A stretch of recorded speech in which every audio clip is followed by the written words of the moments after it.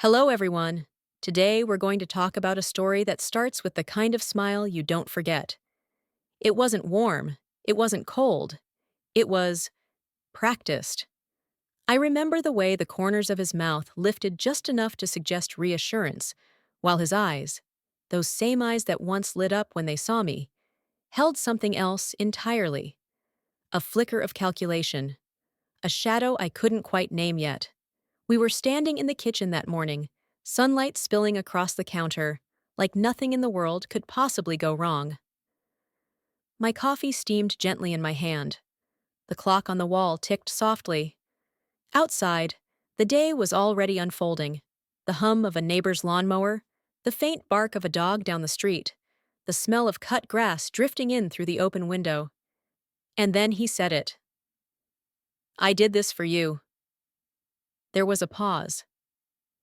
A pause that seemed to last just a little too long. His voice carried the same tone someone might use to say, "I've brought you flowers," or "I booked us a trip." But there was no bouquet in his hands, no boarding passes, no sign of celebration. Just that smile. Just those words. Something in me tightened. A small, instinctive pull in my stomach, like my body knew what my mind wasn't ready to admit. Whatever he had done, it wasn't for me.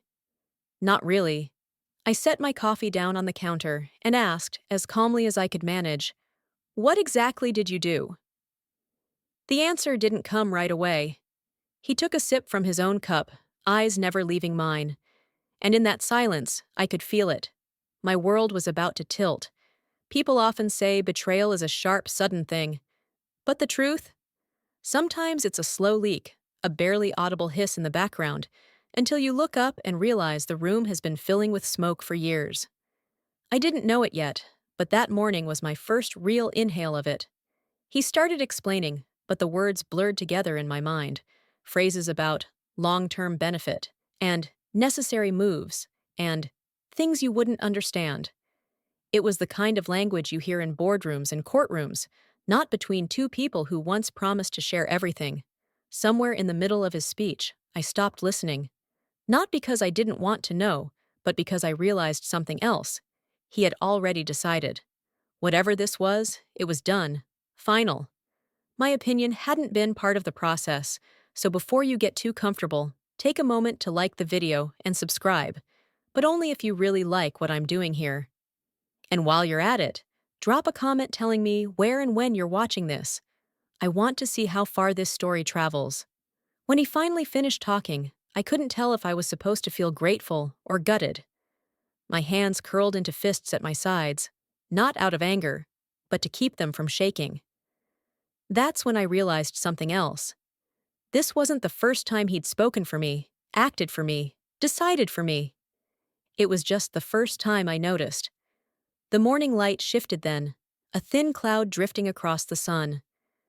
The warmth in the kitchen dimmed, shadows stretching across the counter. And in that muted light, his smile looked different, less like reassurance, more like a door closing. I didn't know the full cost yet. I didn't know how deep the loss would go. But I knew one thing. The sentence "I did this for you" was about to become the most expensive thing anyone had ever said to me. The thing about looking back is that you can always spot the cracks you didn't notice before. Back then, though, the world felt solid beneath my feet. He and I were partners, in life, in plans, in dreams. At least, that's how it seemed. We'd built a life together brick by brick, in a way that felt almost cinematic. There were no grand declarations about conquering the world, just quiet promises whispered over late-night dinners, scribbled notes tucked into lunch bags, and unspoken understandings about who we were and what we wanted. We started out with nothing but optimism. He had the energy, the quick ideas. I had the patience, the follow-through.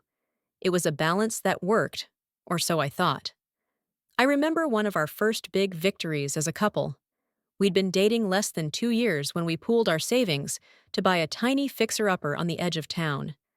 The kind of place where the wallpaper peeled at the corners, the pipes groaned in protest, and the front steps slanted just enough to make you stumble if you weren't careful. We painted those walls together, me rolling careful strokes while he blasted music and sang off key.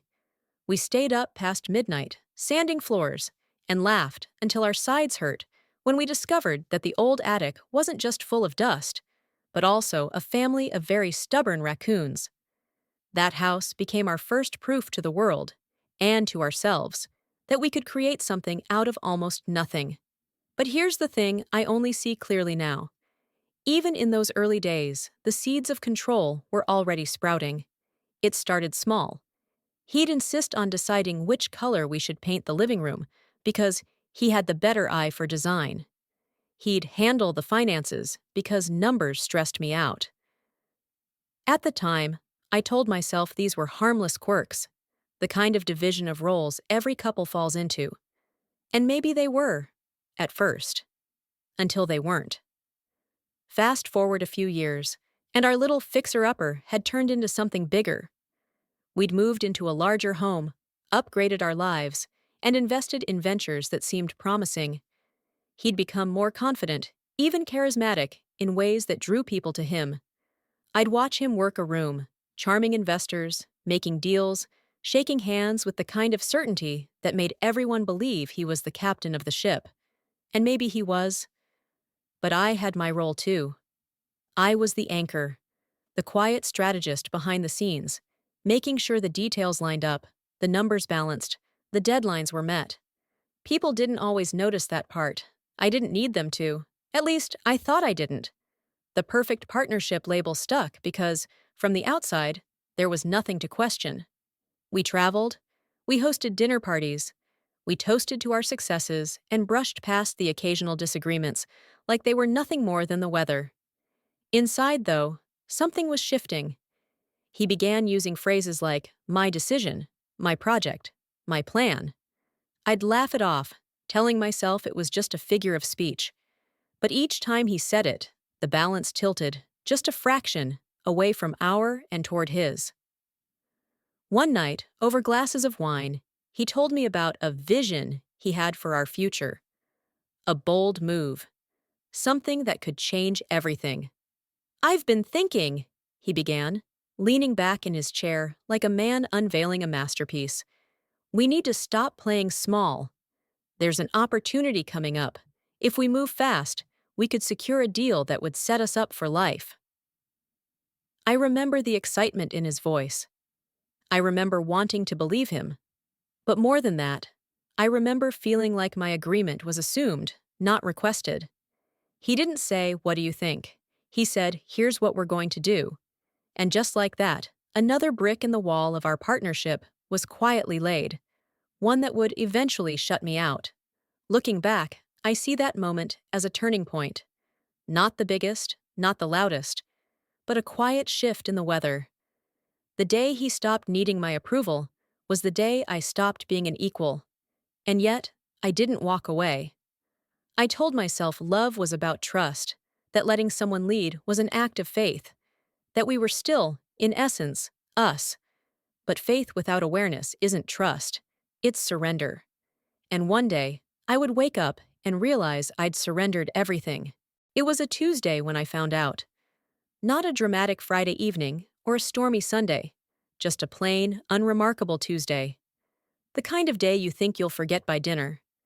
I'd been sorting through some bills at the kitchen table, the late afternoon light spilling across the stack of envelopes. My mind was on groceries, laundry, a half-finished report for work. Ordinary things. Then I saw it. A thick, official-looking envelope with my name printed in bold. I slid a finger under the flap and pulled out the papers. The first page was covered in legal language, dense paragraphs that seemed designed to trip the reader. But one phrase leapt out at me, one I couldn't unsee. Transfer of ownership. My first thought was that there'd been a mistake. We hadn't discussed selling anything. Our property, our business shares, our investments, they were ours. All of them. Nothing had been mentioned about transferring ownership. I flipped through page after page, my pulse quickening with each one. It was all there in black and white. A deal had been finalized.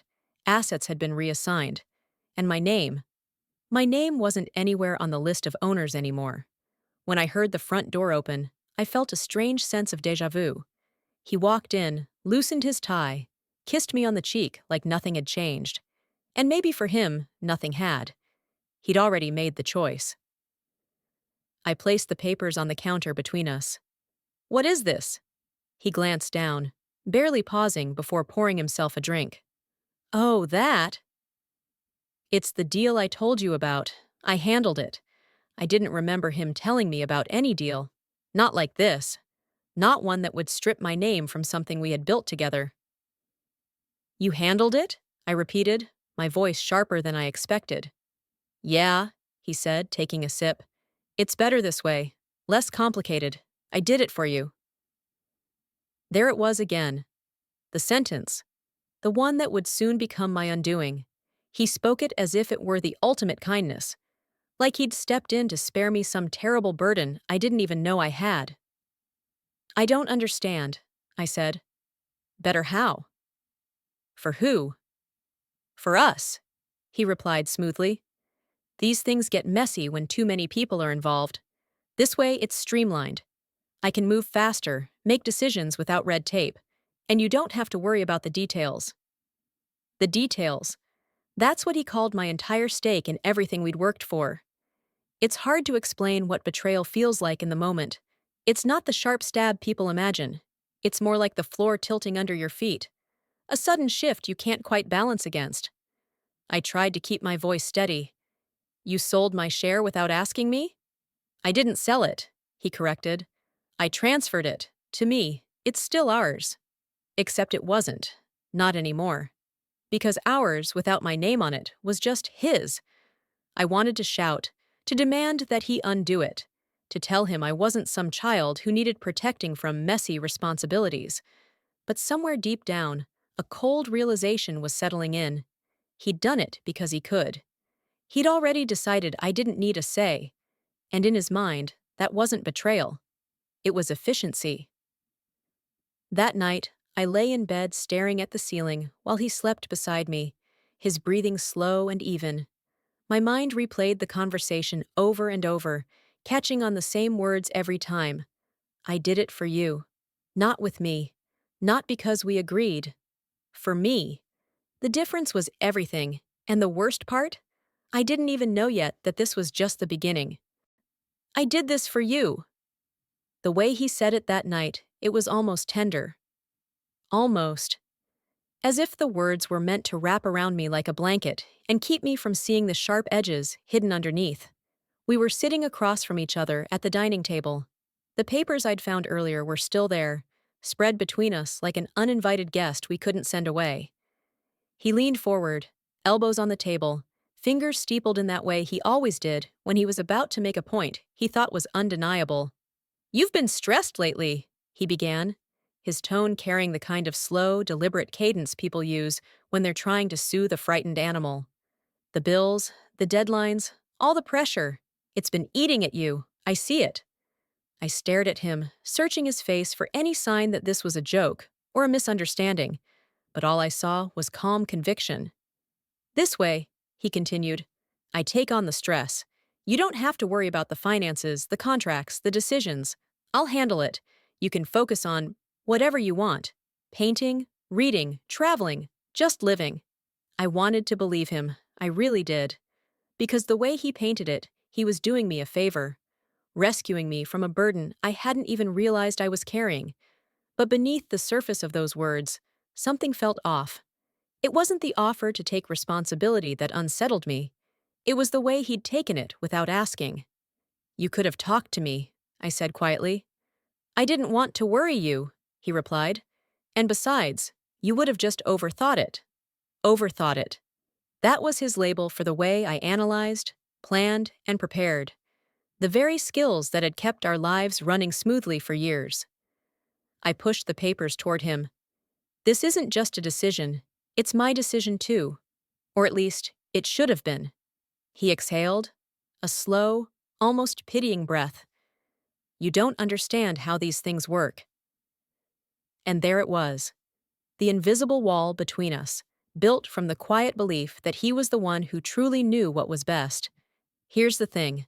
Manipulation rarely comes wrapped in obvious malice. It's quieter than that. Softer. It hides in gestures that look like kindness from the outside. It wears the mask of protection, of love. It convinces you that the cage you're standing in is really a sanctuary. And I could feel the bars of mine forming, one polished, careful sentence at a time.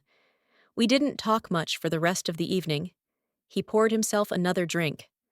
I sat in silence, pretending to read while my mind raced in circles. By the time I crawled into bed, the house felt different. Not physically, the walls and furniture were the same, but there was a heaviness in the air, like the moment after a storm has passed and you realize it's left the ground soaked and unstable. I woke early the next morning, before the sun had fully risen.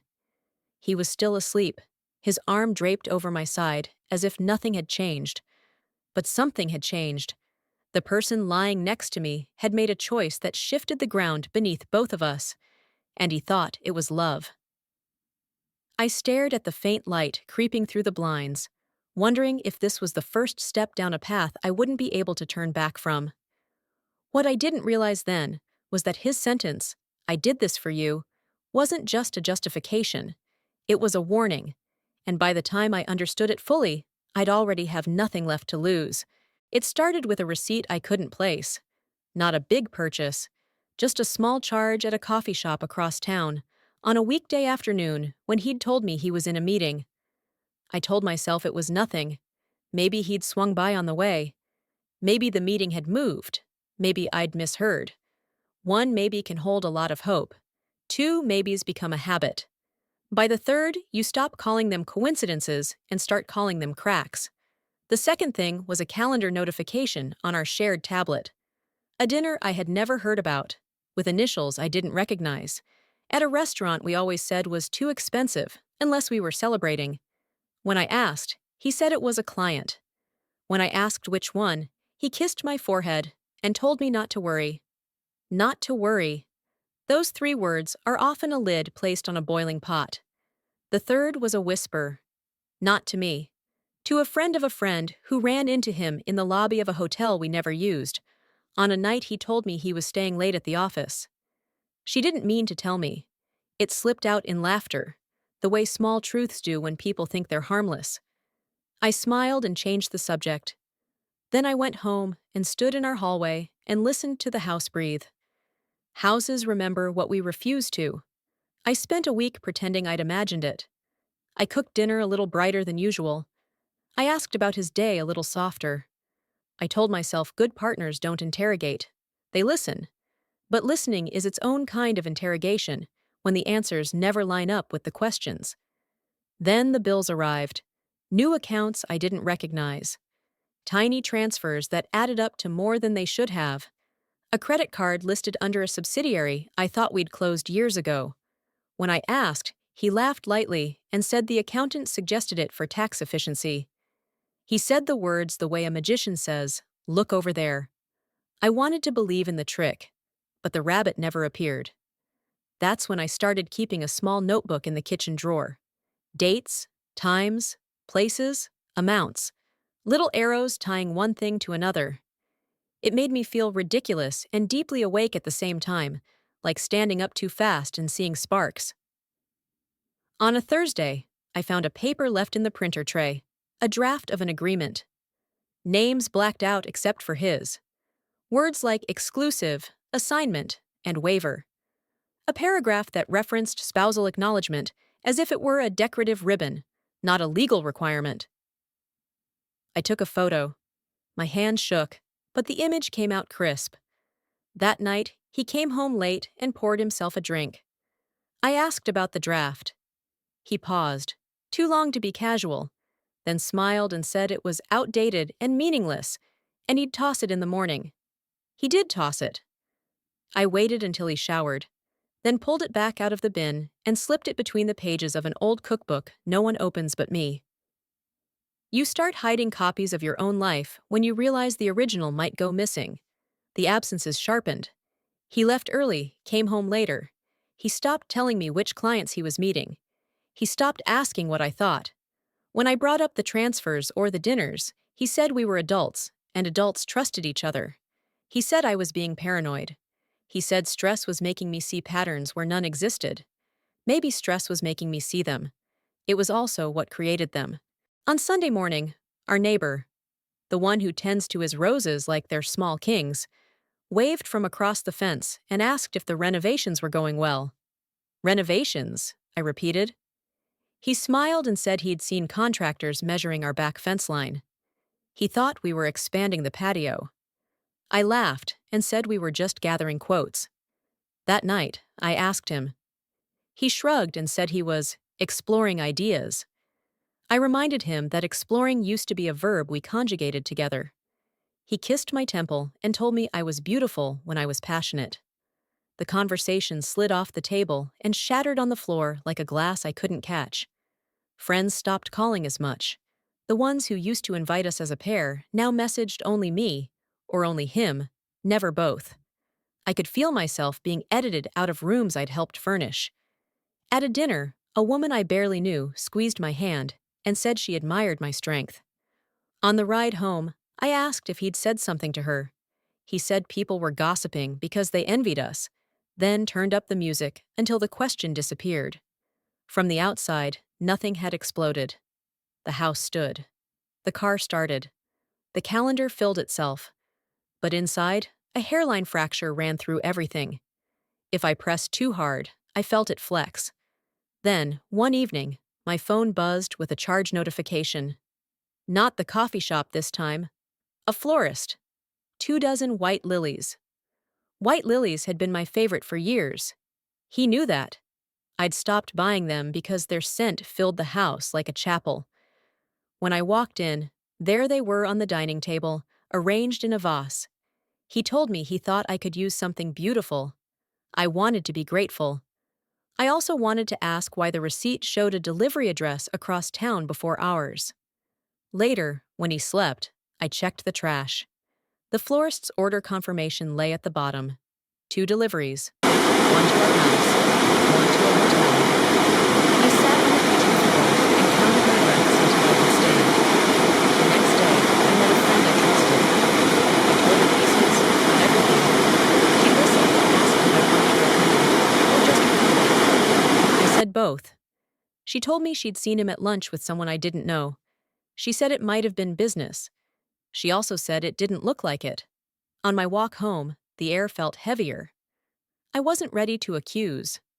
I wasn't ready to leave. I wasn't even ready to say the word betrayal in a room that still held our photographs. But I was ready to stop pretending that confusion was my fault. So I made appointments. Quiet ones with the bank, with a counselor, with myself. At the bank, I asked for statements going back 2 years. The clerk printed them and slid them across the counter as if handing me a map. I went home and spread them on the dining table, the same table where he'd once told me not to worry. Lines connected, dates aligned. Transfers jumped from one account to a new one that had never been listed on any of our plans.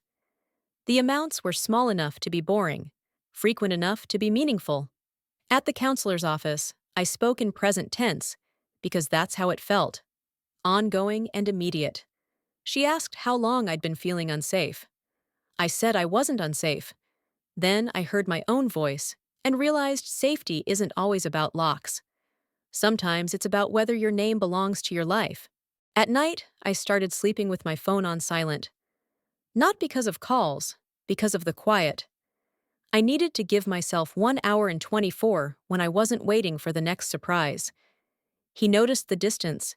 He asked if I was upset. I said I was tired. He offered to make dinner, burned the sauce, laughed at himself, and for a moment I wanted to rewind to the version of us that found that endearing. But the smoke alarm kept shrieking, and somewhere under its sound I could hear the printer warming up again. Another draft, another agreement, more names. I took another photo. The language referenced assets I'd believed were frozen, a timeline that had started months before the first envelope ever arrived at our house. You think the first crack is the newest one. You only think that because you can't see the earliest fractures while they're forming. It was 11:42 p.m. when I decided I couldn't wait any longer. The house was quiet, except for the faint hum of the refrigerator and the soft tick of the hallway clock. My hands were damp, not from fear exactly, but from the restless kind of energy that builds when you've been holding too much in for too long. I paced the living room for nearly 10 minutes before I heard the crunch of tires on the driveway. His headlights swept across the curtains, and my stomach tightened the way it used to when I saw him coming home after a long trip. Only this time, there was no anticipation, just dread. He walked in with the smell of cold air on his coat and something faintly sweet I didn't recognize. His hair was slightly mussed, his scarf loosely knotted as though he'd taken it off in a hurry. "You're still up," he said, hanging his coat over the back of a chair. "I'm waiting for you," I replied, my voice steadier than I felt. He smiled faintly. "That's nice." "It's not nice," I said, cutting him off. "We need to talk." His eyes narrowed just a fraction, the first crack in his calm. "About what?" I didn't answer immediately. Instead, I picked up the stack of papers from the coffee table, the photos I'd taken, the receipts, the account statements. I spread them out like playing cards, face up, daring him to look away. "I want to know," I began, "why there's an account in your name holding funds from assets that were supposed to be shared. I want to know why you've been transferring money out in small amounts over the last 2 years. I want to know who the lilies were for." For a moment, the room was so silent I could hear the faint tick of the baseboard heater. Then he laughed. It wasn't a deep belly laugh. It was the kind that comes from disbelief, like he'd just heard something so absurd it couldn't possibly be taken seriously. "You've been going through my things," he said, shaking his head slowly. "They were our things," I shot back, "until you decided otherwise." He sat down across from me, elbows on his knees, leaning forward like a man about to deliver an unpleasant truth. "You're being paranoid," he said softly. "You're tired. You've been imagining patterns that aren't there. This isn't good for you." "I'm not imagining anything," I said, tapping the papers between us. "It's right here, in your handwriting, in your transactions, in your own calendar." His gaze dropped to the table, then rose again, his face unreadable. "You don't understand the pressure I'm under, the opportunities I'm trying to secure. For both of us. Some things can't be done by committee. They need a decisive hand." There it was again. "I know better than you." The subtext was loud enough to drown out the hum of the heater. "You mean they need your hand," I said. "That's not what I'm saying," he replied, though it was exactly what he was saying. "I'm saying you've been distracted, emotional. You've lost perspective. I've had to make choices without dragging you into the stress." "Without dragging me in," I repeated, "or without letting me stop you?" The silence between us stretched like wire, thin and dangerous.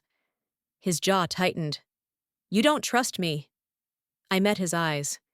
"You made sure I couldn't." That's when his tone shifted. No longer coaxing, no longer pretending. "You don't realize how close you are to ruining everything," he said, his voice low and sharp. "If you keep digging, if you keep pushing, you're going to destroy what's left." "What's left?" I asked, my voice catching on the words. "What exactly is left, other than your name on everything we built?" He stood suddenly, his chair scraping back. "I'm not doing this with you tonight," he said, heading toward the hallway. I followed him. "Then when? When do I get to have a say in my own life? When do you stop deciding what's best for me without asking?" He turned at the doorway, his eyes cold. "When you start acting like you can handle it." And with that, he walked into the bedroom and closed the door, leaving me standing in the dark hallway, my hands shaking, not from fear, but from the terrifying certainty that I had just seen the real him. That night, I didn't sleep. I sat on the couch with the papers spread around me, the shadows stretching longer as the hours dragged on. There was no longer a question in my mind about whether this was a misunderstanding. It wasn't. It was a choice, and it wasn't mine. The silence was louder than any argument. For the next week, we moved through the same house like parallel lines, close enough to see, but never touching. We spoke only when necessary, and when we did, the words were stripped of warmth. It wasn't just between us either. I could feel it radiating out, creeping into the spaces where our lives overlapped with others. Friends stopped calling as much. The neighbors who used to wave now seemed to glance past me. Even the cashier at the market, who'd always greeted me with a smile, suddenly avoided eye contact. At first, I thought I was imagining it, but then I noticed something. When people did talk to me, there was a slight hesitation. A polite, almost apologetic pause before they asked how I was doing, as though they already knew the answer. And it wasn't good. One afternoon, I called a friend we'd both known for years. She let it ring longer than usual before picking up. "Hey," I said, trying to sound casual. "Hi," she replied, her voice cautious. I asked if she wanted to meet for coffee. She hesitated, then said she was really busy this week. The same week, she'd just posted photos from brunch with 2 other people we knew. I could hear the unspoken truth in her tone. She didn't want to be in the middle. It was at a small community event, something we used to attend together, that I realized just how far the distance had spread. People smiled politely, but no one lingered. Conversations that used to flow naturally now ended with hurried excuses. Then I overheard it. 2 voices just out of sight, speaking in low tones. My name floated between them, followed by a quick shuffle of footsteps when they realized I was nearby. I didn't need to hear the full sentence to know. He'd been talking, and not just talking, framing the story. When I confronted him that night, he didn't even deny it. "I can't control what people think," he said with a shrug, "but I also can't sit back and let them think I'm the bad guy.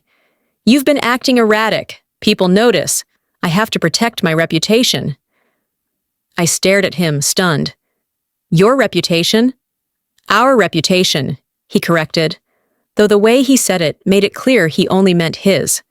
The thing about being slowly erased from your own life is that it's rarely done with a single act. It's a campaign, a series of subtle shifts until one day you find yourself standing in the middle of a room you used to own, wondering how you became the outsider. And he was good at it. Too good. The man who once introduced me as his equal now introduced me, when he bothered to at all, as my wife or my partner, with a tone that carried more ownership than pride. Conversations that used to include me now happened entirely over my head, with me standing right there. I could see the effect in people's faces, the flicker of doubt, the polite smile that didn't reach their eyes. One evening, I went to dinner with a mutual acquaintance, hoping to find some neutral ground. Halfway through the meal, she leaned in and asked, almost apologetically, "Are you okay?"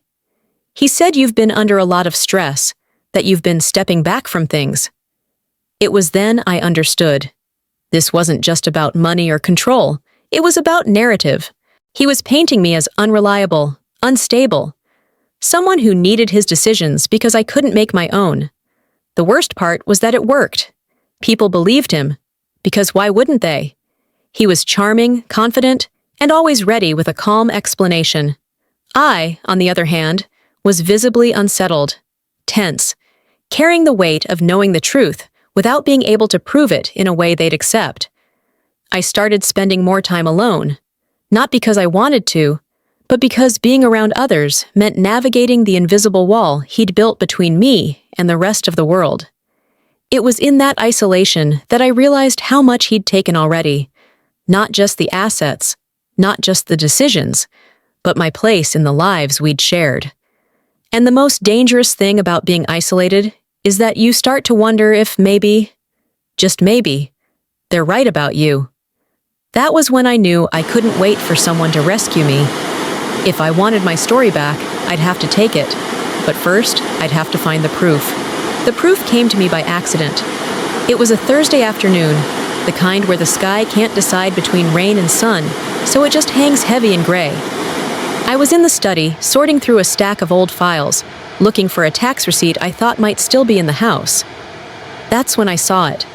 An unmarked manila envelope tucked behind a row of binders on the bottom shelf. It didn't belong there. The dust on the binders was thick, but the envelope was clean, like it had been placed there recently. I slid it out, heart thudding faster with each inch. Inside were printed emails. Not just one or two, dozens. Conversations between him and people I didn't recognize. Their names followed by titles that hinted at law firms, investment groups, and real estate companies. And then I saw mine. My name, sitting there in black and white, in sentences that discussed me like I was a problem to be managed. The emails were careful, but not careful enough. They mentioned removing the obstacle to finalize agreements. They referred to streamlining decision-making and consolidating control before the fiscal quarter closed. And always, the language was framed as if this was for my own good. The deeper I read, the colder I felt. One thread in particular caught my attention. It was dated months before the first time he'd ever hinted at making things easier for me. In it, he'd written to someone about how to handle my share of the assets. He wanted to make sure the transfer looked voluntary, even if it wasn't.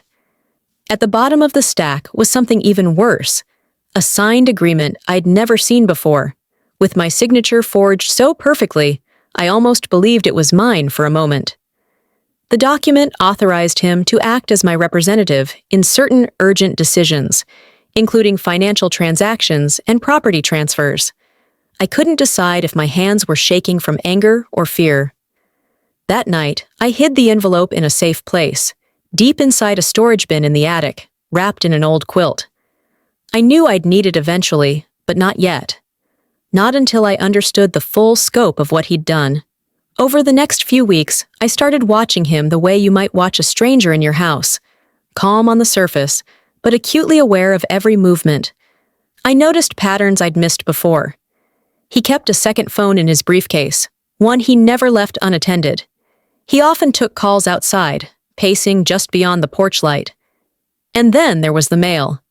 He'd started collecting it himself, no matter how early it arrived, as if he couldn't risk me seeing something.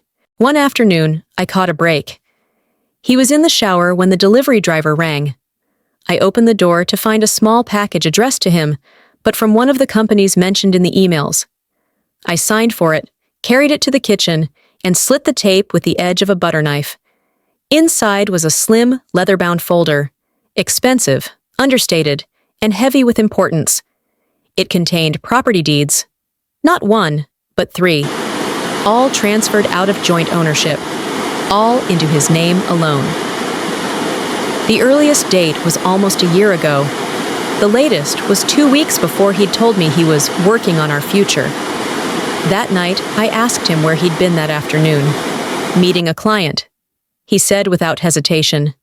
"Which one?" I asked. He paused for just a fraction too long. "You wouldn't know them." I wanted to throw the folder in his face. I wanted to scream. Instead, I smiled. An expression I'd learned from him, the kind that hides everything. Because here's what I understood now. Confronting him without being ready was like stepping onto a chessboard without knowing the rules. He'd planned this for months, maybe years. He was several moves ahead. If I wanted any chance of winning, I'd have to be patient. And patience, I realized, was the one skill he'd never learned to fear in me. So I kept collecting, quietly, methodically. Every time he left a document out, I photographed it.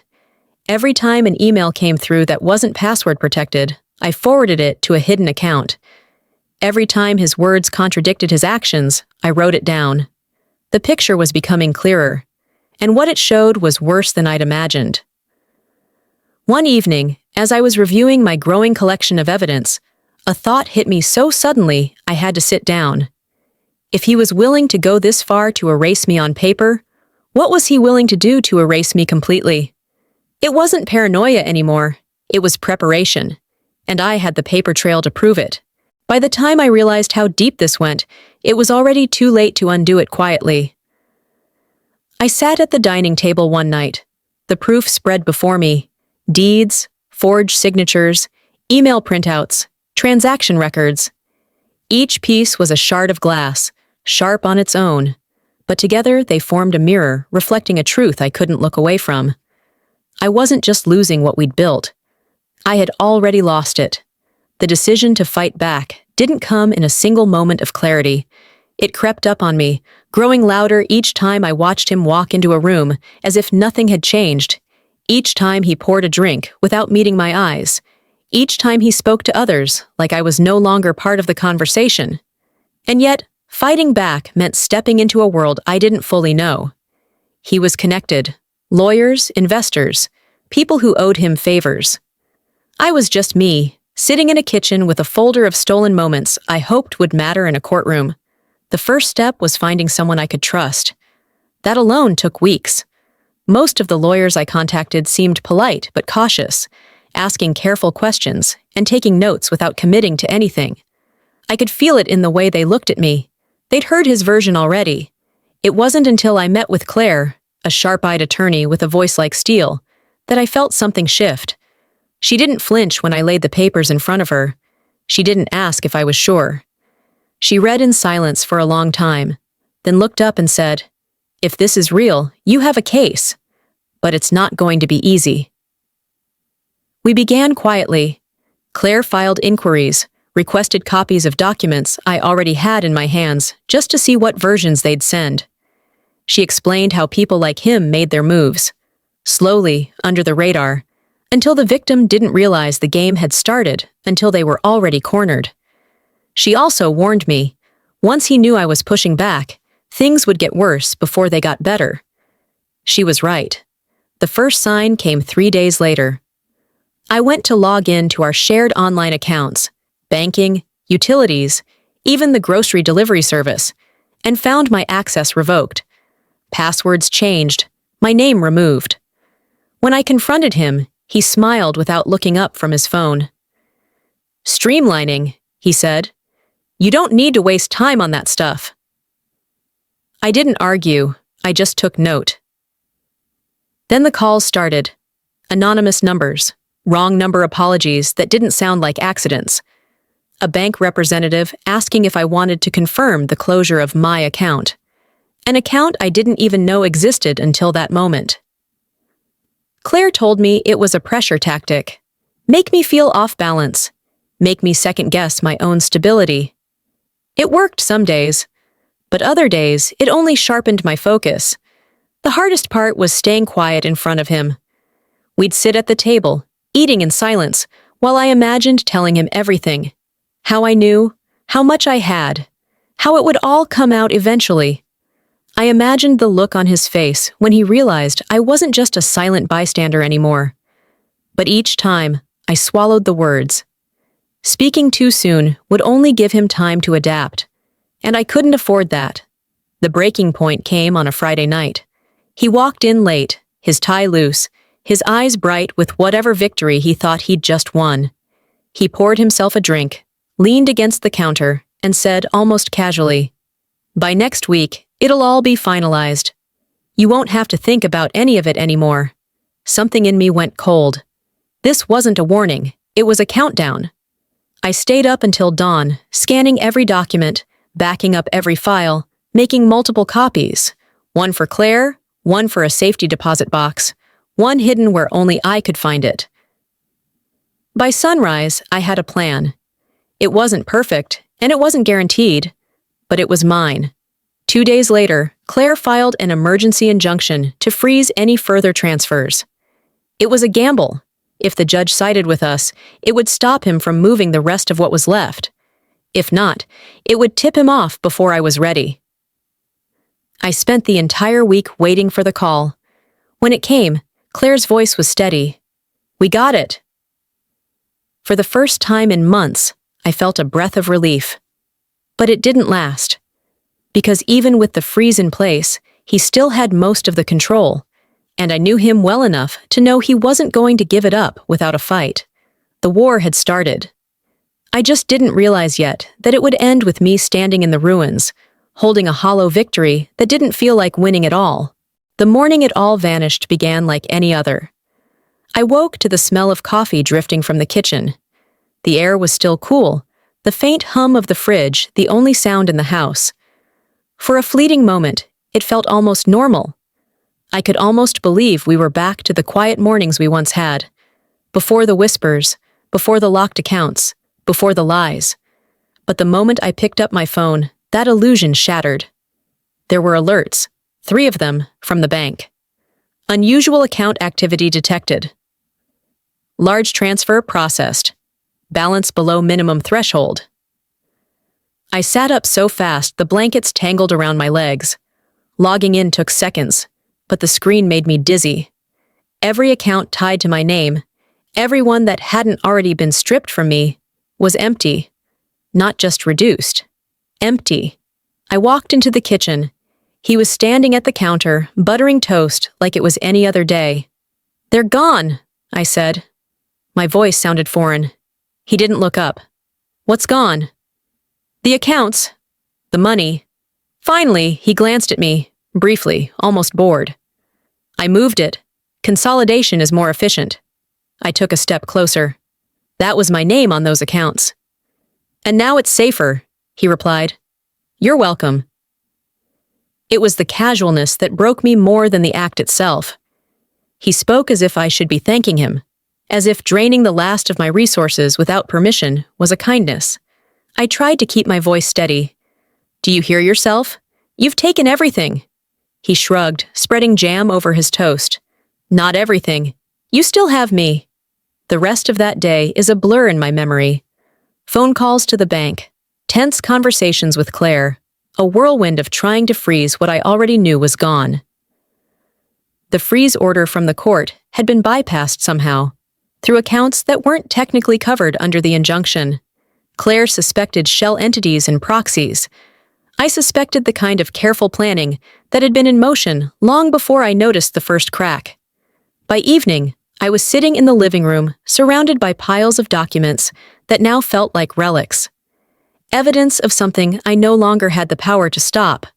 He came home late that night, humming as he hung up his coat. When I asked where he'd been, he said, "Meeting with the people who will make sure our future is secure." "Our future?" I repeated. "Of course," he said with that same practiced smile. "I told you from the start, I did this for you." The truth was unspooling faster now, and I could feel myself running out of time. Claire warned me that the legal path was narrowing. Without the money to fund a prolonged fight, my options would shrink quickly. And that, she said, was exactly what he wanted. It wasn't just about winning. It was about making sure I couldn't even stay in the game. The next morning, the call started. The credit card company notifying me of accounts closed at my request. The insurance provider asking me to confirm the cancellation of my policy. Even the utility company saying the service was being transferred out of my name. Piece by piece, he was dismantling the infrastructure of my life. That night, I confronted him again. "Why are you doing this?" I asked, my voice low but shaking. "I told you already," he said, sipping his drink. "You're not built for this kind of stress. Let me handle it." "And leave me with nothing?" "Nothing you need," he corrected, his gaze steady and unflinching. The words settled over me like ice.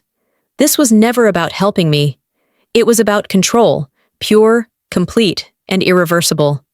The fight wasn't over, not yet.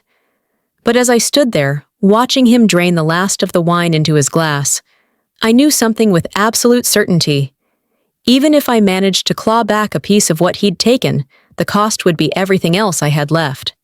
And that was a price I wasn't sure I could pay. There's a moment after the storm when you walk outside, expecting to see the same landscape you knew, only to realize it's gone. That's what it felt like the day I understood there was nothing left to take. The accounts were empty, the policies were gone. My name had been erased from titles, agreements, and even the smallest memberships that used to make up the daily rhythm of my life. I was still standing, but the structure around me had been stripped down to the bones. At first, I told myself it was just material. Money, property, things. And in some ways, that was true. But the harder truth was this. He had taken more than my resources. He had taken my certainty. Certainty about who I was, about the safety of my place in the world, about the idea that the person beside me was still on my side. I found myself questioning everything. The conversations we'd had over the years, the decisions I'd agreed to without realizing they were already made before I walked into the room. The moments I'd interpreted as love that, in hindsight, looked more like strategy. It's dangerous to live in that headspace for too long. Every memory starts to feel poisoned. One night, I sat on the back porch, staring at the garden we'd planted together years ago. The air was cool, and the smell of damp earth drifted up from the flower beds. My hands were wrapped around a mug of tea, but the warmth didn't reach my fingers. I thought about calling a friend, but then I remembered the sideways glances, the hesitation in their voices, the way some of them had stopped answering my messages altogether. He'd been right about one thing. People had noticed the change in me, but they weren't seeing the truth. They were seeing the version of me he'd been crafting for months. Claire called the next morning. She'd been digging, trying to trace the shell accounts he'd used to drain what remained. "It's intricate," she admitted. "He's been building this web for a long time. Every move leads to another company, another proxy. Even if we chase one down, the others stay intact." She paused before adding, "I need to be honest. We might not be able to recover much, if anything." I knew she was trying to prepare me, to soften the blow, but I already felt the hollow space where hope used to be. That night, I sat across from him at the dinner table. He was scrolling through his phone, unconcerned, while I watched him. "Do you ever feel guilty?" I asked suddenly. His head lifted slightly, eyes narrowing just a fraction. "About what?" "About what you've done." He set the phone down, his expression unreadable. "I told you before, I did what needed to be done. You just don't see it yet." I leaned forward. "And if I never do?" He smiled faintly. "Then you'll thank me anyway. One day." That was the moment I realized there would never be an apology. Not because he didn't think he'd done wrong, but because he truly didn't believe he had. And that meant there was no winning in the way I'd imagined. No reclaiming the life we had. No restoring things to the way they were. The only path forward was through the ashes. I started walking every morning, partly to get out of the house, partly to remid myself. There was still a world beyond the walls he controlled. I'd pass by people going about their lives, and I'd wonder if they could tell, if they could see that I was standing in the wreckage of something that used to be whole. One morning, I stopped at the small park near the edge of town. There's a bench there, tucked beneath a maple tree, where the light filters through in thin golden ribbons. I sat for nearly an hour, just breathing, trying to feel the weight of the moment without being crushed by it. And for the first time in weeks, I felt something unexpected. Space. Not freedom, not yet. But space. A crack in the walls. Enough to slip through, if I could just find the strength to move. That night, I wrote down one sentence in my notebook. He can take everything I have, but not everything I am. It wasn't much, but it was a start. It was a Tuesday evening when the knock came. Not loud, not urgent, just a steady rhythm, like the person on the other side knew I'd answer. When I opened the door, the last face I expected to see was standing there. Daniel. We hadn't spoken in nearly 8 years. Back then, he'd been one of the few people I thought I could trust. A quiet, dependable friend who always seemed to know when to step in and when to give space. But after a falling out over something that feels small now, we'd drifted apart without a word. Now he was here, hands in his pockets, eyes searching mine. "Can I come in?" he asked. We sat in the living room, 2 mugs of coffee between us. The air felt heavy with all the unsaid things, but he didn't waste time. "I've been hearing things," he said. "About you, about him, and not from the kind of people you want talking about you." I didn't flinch. "I'm sure you have." He leaned forward. "I also found something you need to see." From his jacket, he pulled out a folder. Not thick, but substantial. Inside were printed emails, scanned contracts, and a few photographs. My stomach tightened. Some of the documents looked familiar, versions of the ones I'd already found, but others were new. They connected pieces I hadn't been able to link, dates lined up with suspicious withdrawals, company names matched the ones in my hidden envelope upstairs. And then there was one page in particular, a memo written in his handwriting, outlining a full transition of control to be completed by year's end. My name appeared only once, next to the phrase remaining party to be phased out. "Where did you get this?" I asked. Daniel hesitated. "Let's just say I've been around some of the rooms he's been in. People talk more than they realize, especially when they think you're on their side."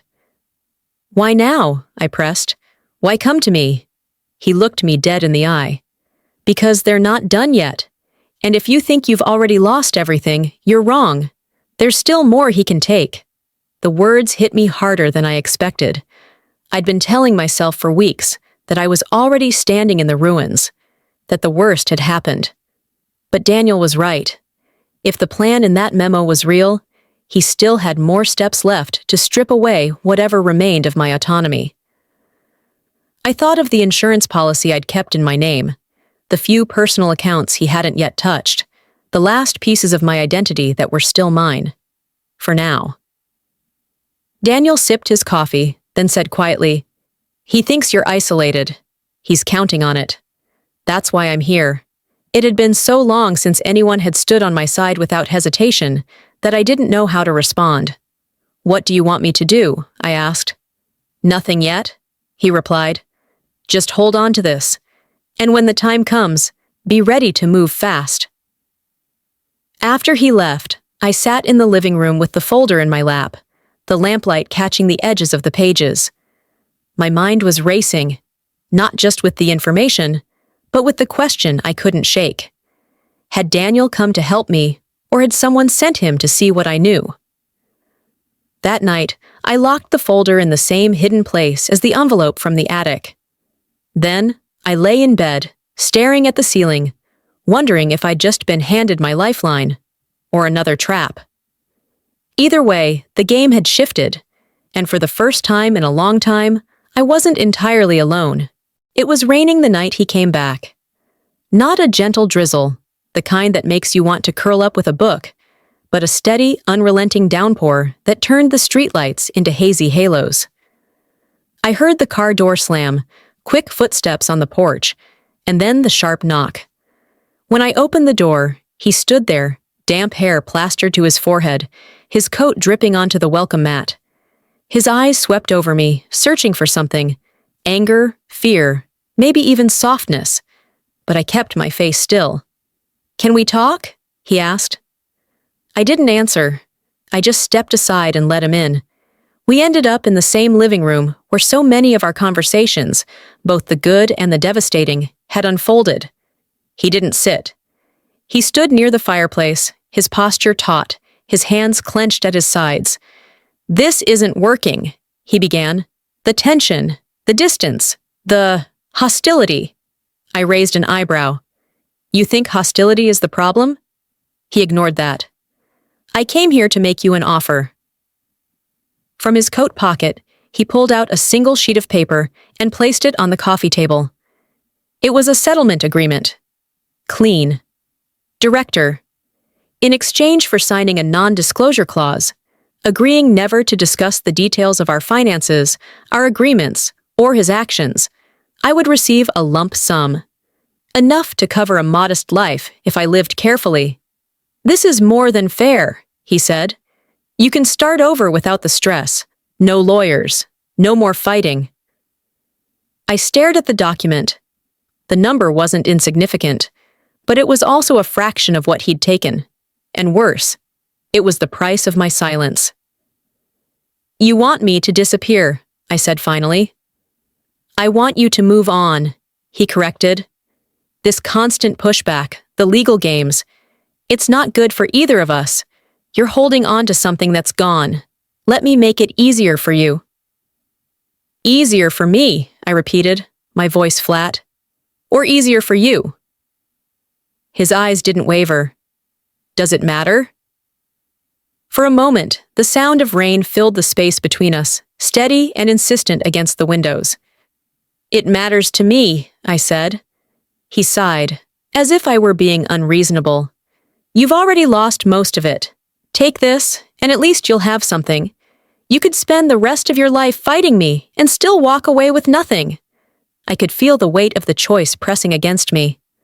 On one side, a guaranteed safety net, small but certain. On the other, the unpredictable, exhausting fight to reclaim something that might never come back. He was right about one thing. I could lose. I could lose big. But there was another truth he didn't say out loud. If I signed, I'd be giving him the one thing he hadn't managed to take yet. My voice. I pushed the paper back across the table. No. His jaw tightened. Think carefully. This is the best you're going to get. I have been thinking, I said, and I'd rather stand here with nothing than live the rest of my life, knowing I let you buy my silence. His eyes darkened, but he didn't argue. He simply folded the paper, slid it back into his coat, and headed for the door. Before he stepped outside, he turned back and said, "When this is over, you'll wish you'd taken it." The door shut behind him with a final echoing click. I stood in the quiet for a long time after he left, my pulse still high, the rain still hammering the roof. Maybe I'd just turned down my only lifeline. Or maybe I just kept the one thing that was still truly mine. The night after he left, the house felt heavier than ever. Not because of what I'd lost. By now, I was used to counting the empty spaces, but because of what I'd refused. That document had been the easy way out. A tidy ending wrapped in legal silence. A check large enough to erase some of the fear gnawing at the back of my mind. And I'd said no. I'd like to tell you I felt strong, that the refusal filled me with clarity and purpose. But the truth was quieter, messier. I felt empty, like I'd stood at the edge of a bridge, stared into the water, and decided to step back. Not because I knew where else to go, but because falling wasn't an option I could live with. The next morning, I made myself a promise. If I was going to keep walking this path, it wouldn't be about revenge. It wouldn't even be about winning in the way people think of victory. It would be about dignity. If that meant I ended up with nothing, so be it. But I'd rather live with nothing than live under the shadow of a man who could buy my silence. Claire was quiet when I told her about the offer. She listened without interrupting, then said, "It's going to get harder now. He'll come at you from every angle. Intimidation, rumors, maybe even legal action to drain you out." "I know," I said. "Do you?" she asked, leaning forward. "Because once you take the moral high ground, there's no going back. You can't half commit to this. You either see it through, or you don't start at all." "I'm already in it," I said, "all the way." The days blurred together after that. I moved through them like a ghost, filing paperwork, answering questions from Claire, keeping my head down when I passed people who'd already chosen his side. Some mornings, I woke up and wondered if I'd made a terrible mistake. Other mornings, the thought of giving in made my stomach twist. But somewhere in that quiet, something started to change. I began to remember who I was before all this. Not the version he'd shaped, not the one who deferred, nodded, and trusted without checking the fine print. The me who had once fought for what she built, even if no one noticed. It showed in small ways. I stopped avoiding the mirror. I started taking walks again, not to escape the house, but because I wanted to feel the air. I even called an old friend, not to talk about him, but just to hear a familiar voice and remember I still existed beyond his story. One afternoon, I went through the garden. It was overgrown in places, but the perennials we'd planted years ago were still pushing through the soil. They hadn't asked permission. They hadn't waited for the conditions to be perfect. They'd just grown where they could. I spent hours pulling weeds, trimming dead stems, making space for what was still alive. By the time I stood back, my hands were dirty and my knees ached, but the beds were clear. And for the first time in months, I felt like I'd taken something back. Not from him, but for me. The fight wasn't over. In truth, I doubted it would ever be a clean ending. He'd probably keep trying to claw at whatever scraps he thought were left. But standing there in the fading light, I realized something that made my chest loosen. Survival isn't always loud. Sometimes it's just refusing to step off the bridge. And if that was all I had left, my dignity, my refusal, then it would have to be enough. When I went back inside, I found a new message waiting on my phone. From him. It said only 4 words. "This isn't over yet." I stared at it for a long time, then set the phone down. "No," I whispered into the quiet. "It's not." The days after his message passed like slow-moving clouds, drifting, stretching, reshaping themselves without hurry. I didn't rush to respond. I didn't even acknowledge it. I let the silence do the talking. Each morning, I made coffee and sat by the window, watching the light change. The world outside kept turning. The mail carrier walked his route. The neighbor's dog barked at passing cars. Children raced their bikes down the street. And in the midst of it, I learned how to breathe again. The legal noise still hummed in the background. Claire sent updates, documents filed, responses pending, meetings postponed. I read them without panic now, the way you read the weather forecast. Aware, but not consumed. There was no grand cinematic ending coming, no courtroom showdown where truth triumphed in a burst of applause. And I was finally okay with that. In the evenings, I walked the garden paths I'd cleared. The air was soft, carrying the faint scent of lilies I'd planted years ago. Their blooms were still weeks away, but the green shoots stood tall, defiant against the late-season chill. I realized then that my life would be like that. Quiet growth, not always visible, but still moving forward. Sometimes my mind wandered to the what-ifs. What if I'd taken the settlement? What if I'd stayed silent? What if I'd believed him when he said it was all for me? But those thoughts passed quicker now. The truth had settled in me like a stone at the bottom of a river. Still there, but no longer disrupting the flow. One afternoon, I sat at my desk, pen in hand, and wrote a letter. Not to him, to myself. It was simple. You are still here. You are not what he left you with. You are what you chose to keep. I folded it, placed it in an envelope, and tucked it into the same drawer where the evidence still sat. The phone still buzzes some nights. His number or numbers I don't recognize. I don't answer. Not because I'm afraid, but because I no longer owe him my voice. If he wants to keep playing his game, he can do it alone. I've stepped off his board. The last time I saw him was by chance, passing each other on opposite sides of the street. Our eyes met briefly, but there was nothing left to say. He kept walking, so did I. And maybe that's the truest ending I could have hoped for. No victory lap, no applause, just a quiet, steady choice to keep going, even if it's with empty hands. Because sometimes the win isn't getting everything back. Sometimes it's walking away with your head high, knowing you didn't let them decide who you'd be when it was over. The garden is blooming again now. The lilies have opened. The air smells like something worth staying for. I stand there in the fading light, the petals brushing my fingertips, and I think about everything I've lost. And then I think about what's still mine. I close my eyes. I breathe, and I let the day end gently.